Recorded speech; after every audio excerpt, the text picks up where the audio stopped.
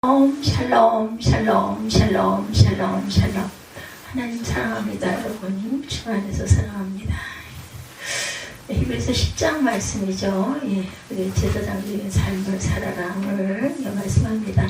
26년 1월 둘째 주 말씀이 영혼을 구원함에 이르는 믿음을 가지고 가라고 말씀하시네요. 그러므로 형제들아, 우리가 예수의 피를 힘입어 성소에 들어갈 담력을 얻었어요. 예수께서 우리를 위하여 희생되시고 몸 찢고 피 흘려 생명을 주고 가셨기 때문에 우리에게 자격이 생겼죠.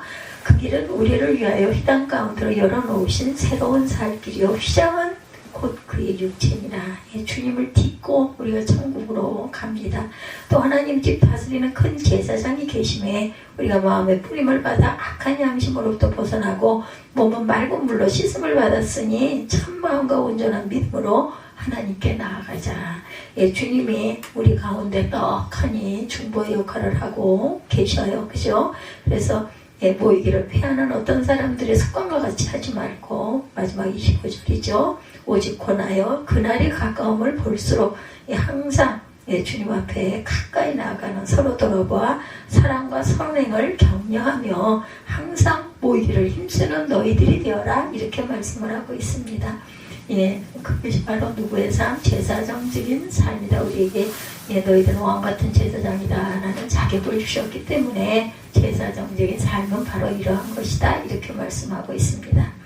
아담과 하와가 범죄한 후에 그로 인하여 인류가 처하게 된 그러한 상태는 첫째 하나님과의 관계가 끊어졌어요. 그죠? 그래서 너희가 죽으리라 했는데 뭘 죽어 안 죽었는데 근데 죽었죠. 영이 죽었습니다. 두 번째, 다른 사람들과 사랑의 관계가 또한 상실이 됐어요. 깨져버렸어요. 세 번째는 자신의 그 삶도 상실이 됐다. 인간 자신의 상실이 되어버립니다. 사람이 이러한 상태에서 회복되기 위해서는 대가를 치르는 희생이 반드시 있어야 했다. 하나님의 법칙입니다. 누구도 그죠? 예외가 없어요. 그래서 구약시대 동물을 희생제물로 드리는 제사가 있었죠. 항상.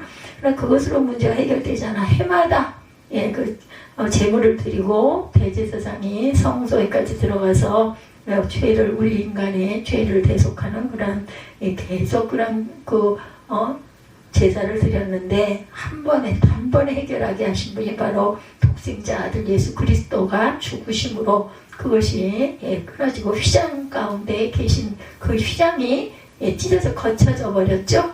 누가? 예수께서. 죄책감, 죄의식, 죄의 권세, 죄의 형벌 등을 온전히 없애셨을 뿐만 아니라 거룩하신 하나님과 더불어 아주 친밀한 관계를 맺도록 중보하고 계신다. 가운데. 그래서 우리가 늘 예수님의 이름으로 기도합니다. 근데 요즘에 그런 종교적인 이런 부분이 온전치 않다. 어느 특정한 종교만을 그렇게 해서 하면 안 된다. 뭐 이런 이야기들이 많이 있어가지고 기도는 불교에서도 기도한다고 그러고 뭐 어느 곳에서나 기도한다고 그래요. 그죠?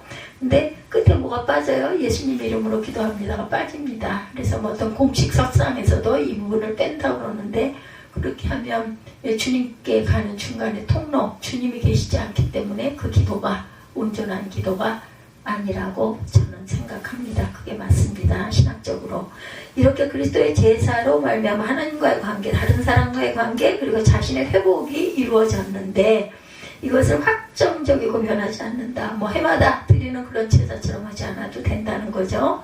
또 그들의 죄와 그들의 불법을 내가 다시 기억도 하지 않겠다고 말씀하죠. 새 언약, 새로운 법이 공포되었기 때문이다. 17절에 말씀하고 있어요. 그들의 죄와 그들의 불법을 내가 다시 기억하지 아니하리라 하셨으니 이것들을 사하셨은즉 다시 죄를 위하여 제사 드릴 것이 없느니라. 이렇게 말씀하고 계십니다. 이상은 우리가 지금까지 살펴본 히브리서 부분, 교리이기도 한 부분입니다. 이어서 세상의 놀라운 교리를 성도의 삶의 실제적인 문제에 적용한 부분이 바로 오늘 본문 말씀이에요. 19절에서 25절까지. 대제사장 된 저와 여러분들, 성소에 들어갈 수 있는 자격을 얻은 구속된 하나님의 자녀들입니다. 예수께서 대제사장이 되셔서 이뤄놓으신 일의 결과를 우리가 누리는 혜택은 아주 놀랍죠. 첫 번째는 우리가 성소로 하나님의 보좌에 나아갈 수 있게 되었다. 대제사장만 나갔던 그 길을 우리도 갈 수 있게 되었다.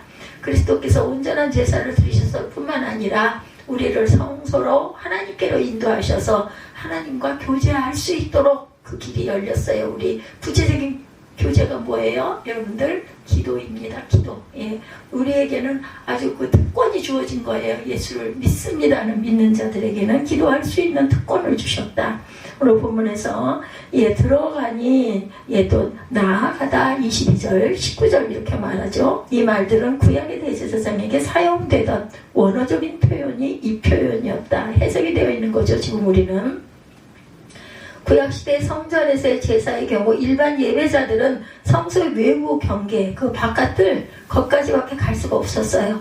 그리고 제사장은 성소 안에까지 갈 수 있었는데 그것도 그냥 제사장이 아닌 대제사장 한 분만 1년에 한 번 성소에 들어갈 수 있었습니다. 그러나 성소와 거기에 있는 그런 사은제 죄의 보좌까지는 오직 대제사장만이 제가 지금 말씀드린 대로 그리고 1년에 단 한 번 들어갈 수 있었다. 그러니 구약적으로 볼 때 성소로 들어가고 지성소로 나아가는 것은 아주 특별한 사람에게만 단 한 사람에게만 허락된 아주 특별한 일이었다는 거죠. 근데 히브리서 저자는 예수께서 대제사장으로 그 자리까지 가셨을 뿐만 아니라 그를 믿고 의지하는 저와 여러분들은 똑같이 예수님과 똑같이 지성소로 나아갈 수 있게 되었다. 대제사장의 역할을 할 수 있게 되었다라는 말씀입니다. 이런 주장은 구약적인 개념으로 히브리서를 받고 있는 유대 성도들의 입장에서 볼 때 도저히 용납이 안 돼. 그래서 유대인들이 예수를 안 믿는다고 그러죠. 전도가 제일 어려운 그 사람들이 바로 유대인들이다 이렇게 얘기하고 있습니다. 믿을 수가 없어. 구약의 제사장만 들어가던 그게 왜 우리에게까지 똑같이 그렇게 할 수 있어? 이런 건 말도 안 돼. 무슨 사람이 예수야. 이게 이제 바뀌어가지고 절대로 예수를 믿지 않는다 그러죠. 거룩하게 구별된 대제사장도 1년에 한 번 들어갈 수 있는 지성소에 땅에 있는 지성소가 아니라 거룩한 하늘 성소라 하더라도 일반인들이 들어갈 수 있다는 주장은 그들에게는 절대로 받아들일 수 없는 그러한 사실이다. 그런데 히브리서 저자가 이 주장을 하는 것은 무엇 때문인가? 지금까지 말한 것을 돌아보죠. 예수님의 대제사장적 사역의 근거에서 그가 죽으심으로 하나님께 나아갈 수 있는 길을 여셨고 예수님을 의지하여 믿는 자도 성소로 나아갈 수 있게 되었다. 휘장이 지켜졌어요. 실제로 휘장이 찢어졌죠. 예수님 운명하실 때. 그래서 히브리서 4장 16절에 그러므로 우리는 긍휼하심을 믿고 때를 따라 돕는 은혜를 얻기 위하여 은혜의 보좌 앞에 담대히 나아갈 것이니라 이렇게 말씀합니다. 하나님이 정하신 때가 아니라 우리가 필요로 하는 바로 그 시간에 그 순간에 특정한 장소가 아니라 내가 마음의 문을 열고 기도하는 그곳에 성소가 되어서 놀라운 은혜가 임한다. 예수님이 아니고는 성소에 들어가 하나님을 뵙고 그와 더불어 교제하는 길은 없어요. 하나님과 교제하고 그분과 동행하는 삶이 대제사장이신 그리스도의 사역의 결론입니다. 그런데 놀라운 것은 그거는 우리도 할 수 있다는 겁니다. 이런 표현은 유대인들로서는 상상할 수 없는 일. 아까 제가 말씀드린 것처럼 그 예수를 믿게 하는 것, 전도는 유대인들에게는 불가능하다. 이런 뿌리가 아주 강하게 박혀있기 때문에 말도 안 돼. 어떻게 사람이 하나님이야 이렇게 되는 거죠. 어떻게 동정녀 어떻게 그 여성이 혼자서 애를 잉태를 해서 성령으로 잉태해서 어떻게 아이를 낳아? 이것도 말도 안 되는 일이다라는 거죠. 더 놀라운 것은 이 말이 의미하는 또 다른 뜻이 우리도 대제사장이 되었다. 그렇죠. 히브리서 저자는 구약의 제사장에 대해서 멜기세덱에 대해 논한 후에 참 대제사장이신 예수에 대한 결론을 내렸어요. 그것이 끝일 줄 알았는데 이어서 진짜 놀라운 이야기, 그것이 바로 저와 여러분이 대제사장이라는 말이죠. 제사장인 여러분은 여러분이 원하는 시간이면 언제든지 지성소로 나아갈 수 있다. 예수님 때문에 우리가 저와 여러분이 성소를 마음대로 들어가서 하나님과 만나고 하나님으로부터 풍성한 은혜를 받아 누릴 수 있게 되었다. 이것은 정말 놀라운 일이고 획기적인 일이고 특별한 일이고 기적적인 일이다. 그래서 우리가 믿는 우리의 소망을 굳게 세워라 23절에 이렇게 말씀하죠. 우리가 가진 이 엄청난 신앙의 원리를 견고하게 믿고 그것을 누리라는 거예요. 믿기만 하면, 그죠? 이렇게 말씀하고 있죠. 믿기만 하면 너희도 구원을 받으리라.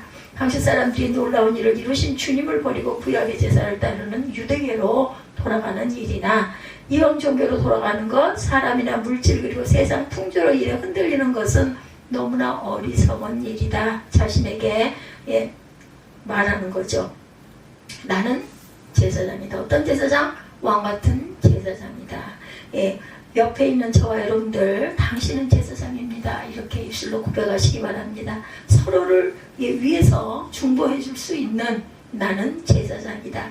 예수께서 대제사장으로 이루신 일들의 결과, 실제적인 부분의 두 번째 내용은 서로 돌아보고 격려하라. 이렇게 말씀하고 있죠.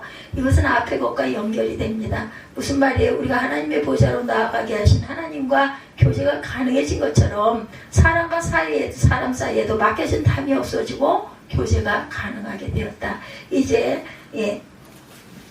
대제사장이신 예수님 때문에 나라는 존재가 새로워지고, 그죠? 이전 것은 지나갔으니 보라 새 것이 되었도다. 우리 신년 예배 때문에 항상 이 말씀 많이 하죠.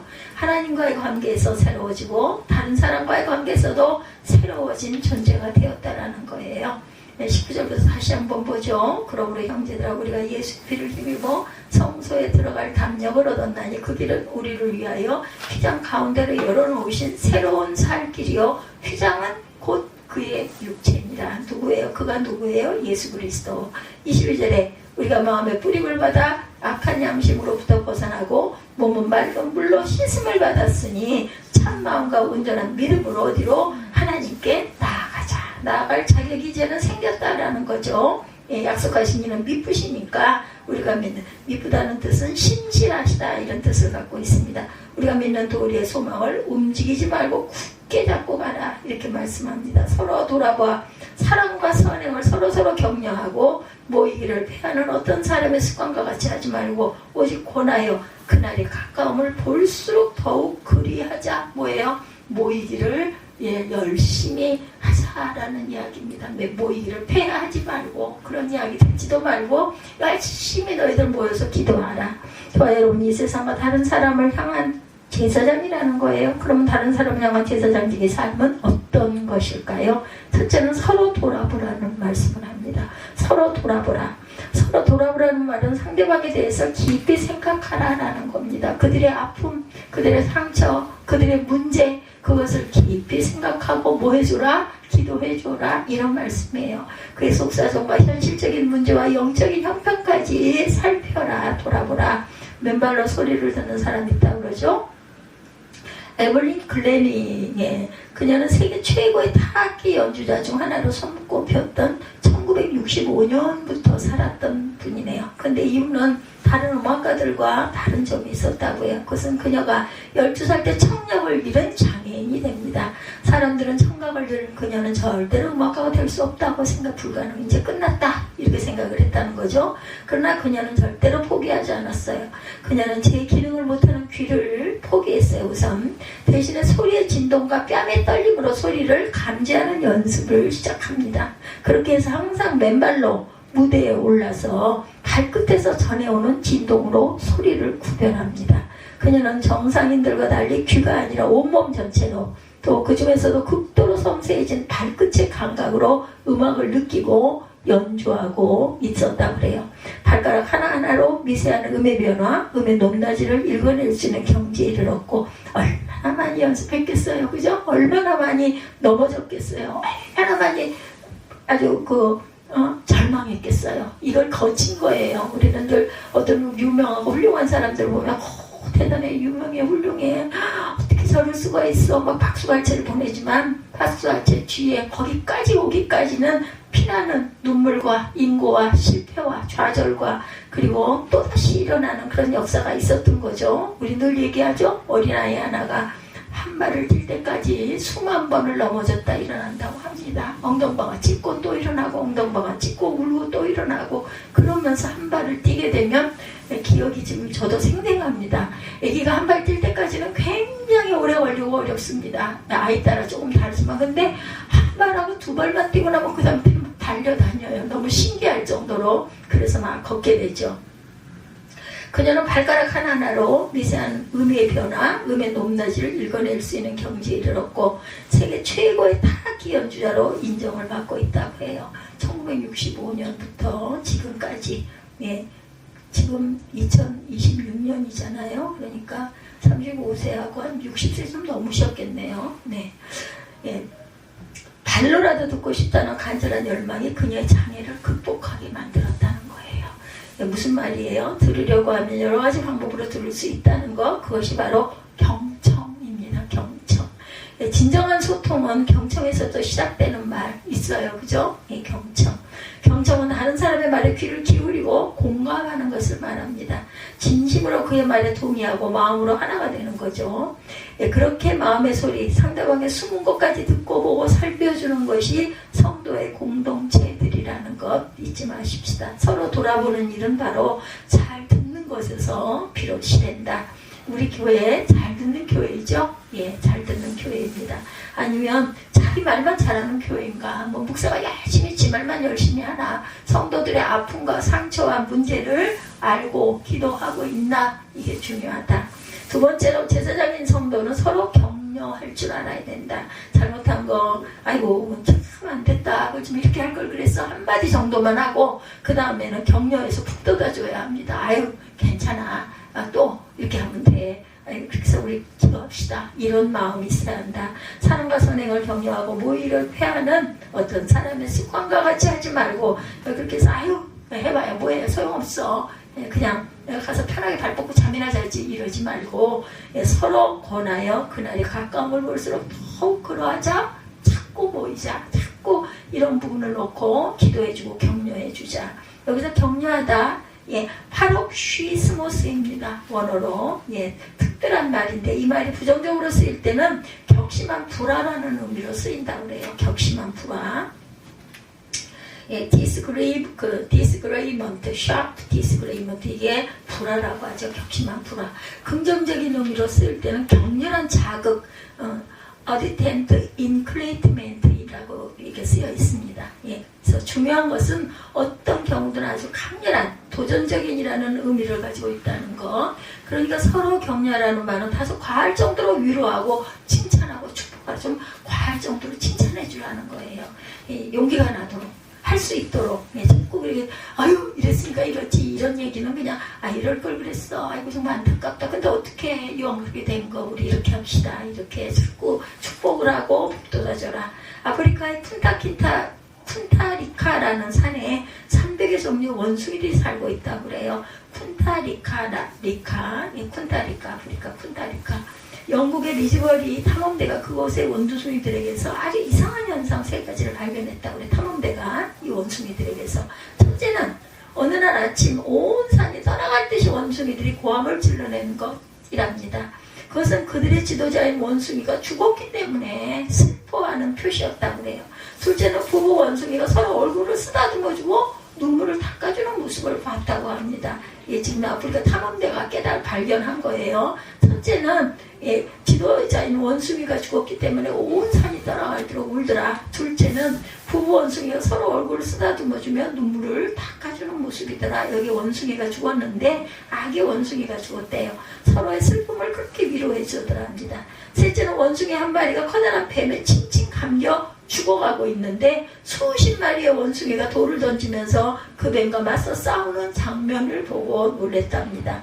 엄청나게 큰 뱀이라 결국 원숭이를 그대로 삼켜버렸는데도 원숭이들은 나무에 거꾸로 매달린 채 그걸 지켜보면서 슬프게 울더랍니다. 그 후 영국의 리즈버리 탐험대는 다른 사람의 슬픔이나 어려움에 함께하지 않고 아프리카의 쿤타리카 산속으로 보내자 하는 말을 할 정도였다고 그래요. 예, 우리 주위에 위로받아야 할 사람들이 많죠. 예, 이렇게 이 짐승도 원숭이도 이렇게 슬퍼하고 이렇게 서로 위로해 주는데 성경은 말합니다. 너희 하나님이 이르시되 너희는 위로하라, 내 백성을 위로하라, 이렇게 말씀하고 계세요. 이사야 40장 1절입니다. 예, 위로하는 것이 하나님의 마음, 하나님의 뜻이라는 거예요. 우리는 이렇게 자꾸 위로해 주는 이웃을 위로해야 합니다. 가깝게는 내 가족, 내 자녀, 내 부모 위로할 줄 알아야 된다. 그러니까 남과 다른 점 비판하지 말고 감싸주고 위로해주자, 힘을 내게 해주자. 따라서 위로해주는 일은 신앙 고백에 실천하는 행동이라는 것이에요. 사랑과 격려는 생명 심리현상에도 효소적 역할을 한다고 하죠. 사랑을 받고 있구나, 내가 격려를 받고 있구나, 이런 마음만 가져도, 이런 마음만 들어도 엄청 마음이 기뻐지지 않습니까? 든든해집니다. 이런 역할을 가족이 해야 된다. 예, 사랑을 현미경으로 관찰할 수는 없지만, 예, 자료 효과는 이미 확인이 됐죠. 이 부분 사랑해주는 거, 뭐 꽃나무 물 줄 때도 그냥 물 꾹쭉 얹어주지 말고 정성스레 쓰다듬으면서 내가 너를 사랑한다 할 때 그 꽃이 잘 자란다고 그러죠. 로맨틱한 사랑에 빠진 사람의 혈액 속에는, 예, 유산치가 감소되어 피로를 모르게 되고 엔돌핀이 많아져서 통증도 덜 느끼게 된다고 그래요. 이거는 과학적인, 예, 그런 결과입니다. 특히 난치병 환자에게 있어서 사랑과 격려가 담긴 애정 표현은 생존 의지를 북돋아준다고 하네요. 사람이 만병통치약은 아니지만 사랑의 감정을 품게 되면 모든 치료에 있어서 상승 효과가 반드시 나타난다. 그렇기 때문에 성도는 격려하고 위로하는 삶을 살아가야 된다. 근데 제사장적인 삶은 이 정도가 아니어야 해요. 보다 깊고 넓은 차원을, 예, 삶을 따라서 삶 속에서 그것을 실천하며 살아가야 된다. 창조적 기도, 예, 또한 카리스 호쿠마라는 책에 무도의 한 장면이 나왔다고 그래요. 주인공은 결혼식을 앞둔 미모의 아가씨로 프랑스 리옹의 가부의 딸이었다고 합니다. 예. 그녀는 한 청년과 짝이 돼서 춤을 추다가 환상을 보았대요. 이 여인이. 예. 리옹의 가부의 딸인 이 여인이, 예, 무너지는 세계를 봤다고 합니다. 환상으로. 눈 덮인 산이 폭풍에 무너지면서 자기 주위가 죽음의 구렁텅이 속으로 빠지더라 합니다. 그런데 그런 상황에서 그들을 구하려 하거나 도움을 요청하는 사람은 보이지가 않더래요. 그때 그녀는 기도로 지탱되어야 할 세계에 기도하는 사람이 없기 때문에 결국 무너지고 많다는 것을 깨달았다고 그래요. 그 환상 속에서 이것을 보고 기도의 결핍으로 세상이 무너지고 있는데 어느 한 사람도 거기에 관심이 없고 오로지 춤만 추고 있는 것들을 볼 뿐이었다. 그녀는 환상에서 깨어나고 결심합니다. 결혼을 하지 않겠다고 선언하고 수도원으로 들어가서 기도의 결핍으로 죽어가는 세계를 위해 평생 중보기도에 몸을 바치기로 했다고 그러죠. 예수께서 죄로 인하여 죽어가는 세상과 사람을 구하려고 중보자가 되셨던 것처럼, 예, 그 결과 저와 여러분이 구원을 받아 이렇게 복된 삶을 사는 것처럼 이 여인도 그 환상 속에서 깨닫고, 예, 결혼도 포기하고 수도원에 들어가서 평생 이렇게 기도를 했다고 그래요. 그렇다면 우리 역시 예수님처럼 중보의 삶을 살아야 되지 않겠는가. 진정하고 참된 중보자 예수님이 계시지만 우리 역시 이 세상에서 주변의 사람들을 위해서 하나님과 그들을 이어주는 다리 역할, 교량의 역할을 해야 되지 않겠는가. 예, 세상적인 저와 여러분들, 하늘과 세상을 잇는 다리, 하나님과 사람을 잇는 다리, 특별한 중보 기도자들이 그렇게 이어져 있다. 그렇다면 그 역할을 우리는 또한 세상에 살면서 잘 감당하고 있는가 아닙니다. 예, 저와 여러분이 제사장이라면 당연히 가족들을 하나님과 이어주고 자녀들을 하나님과 이어주고 이 시대를, 나라와 민족을 하나님께로 이어주는 중보자의 그런 기도로 살아가지 않겠는가. 그렇죠? 예, 대제사장으로 살아가십시다. 예, 오늘 본문에 대제사장이신 예수님에 대한 길고 긴 논의의 결론 부분이에요. 오늘 19절에서 25절이 결론이 정말 놀랍죠. 구약의 기라성 같은 선지자들보다 더하여 친히 계시의 모습이 되신 예수님, 천사보다 훨씬 영적인 존재이신 하나님이신 예수님, 모세보다 월등히 뛰어나신 예수님, 그리고 인간 제사장들과는 비교할 수 없을 정도로 뛰어나신 진짜 대제사장이신 예수님, 예, 이러한, 예, 히브리서 저자는 그 결론 부분에서, 예, 하나님으로부터 직접 계시의 말씀을 받은 선지자보다 못한 우리가, 하늘 보좌에 하나님을 찬양하며 그를 수종드는 천사보다 못한 우리가 할 수 있는 일이 있어요. 예, 성경 역사와 세속 역사에 있어서 가장 위대한 사람이 모세와도 비교할 수 없는 우리가 신령하고 거룩하여 하나님과 그의 백성들 사이에 이어지는 다리 역할을 할 제사장들보다 모든 면에 너무나 못한 우리가 예수님 때문에 제사장이 되었다. 그냥 제사장이 아닌 대제사장이 되었다. 얼마나 놀라운 일이에요. 그죠? 얼마나 감사한 일입니까?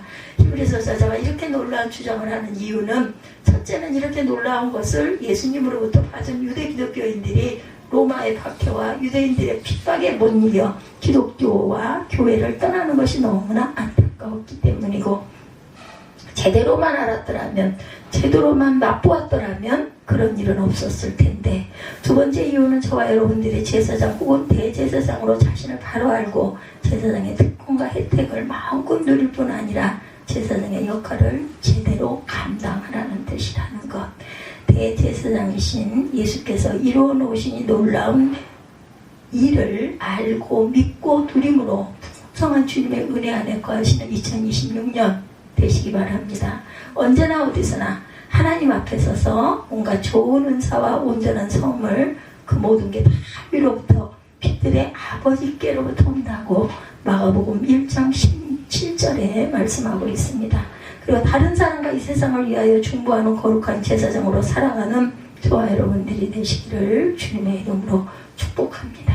결단하시고 기도하시고 축도로 예배를 마치도록 하죠.